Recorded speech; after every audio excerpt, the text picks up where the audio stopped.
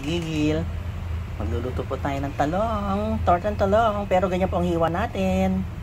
Ayan, dip na natin po sa egg, ano. Tapos dip natin sa ating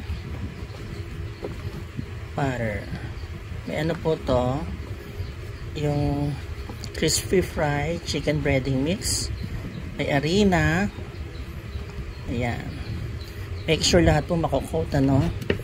Ayan, kagaya na pong ganyan, ano. Ayan. Okay, the next one. Ayan.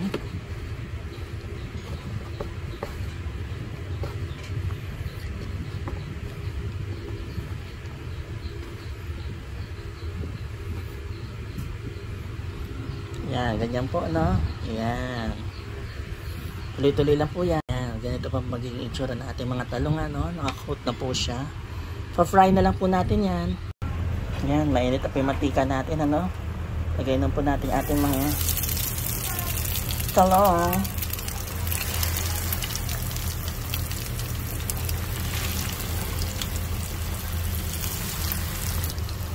Ayan, fry lang po natin yun on both sides. 5 minutes lang po. Ayan, binaligtad na po natin, ano? Mga 2 minutes na lang po yan.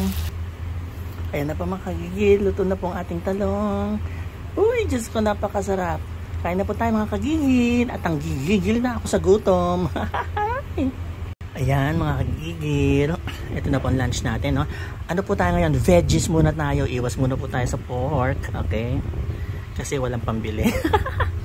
Okay, ito na po yung ating talong. Okay? Tapos naglaga po ko ng ano, no? Ng ating okra.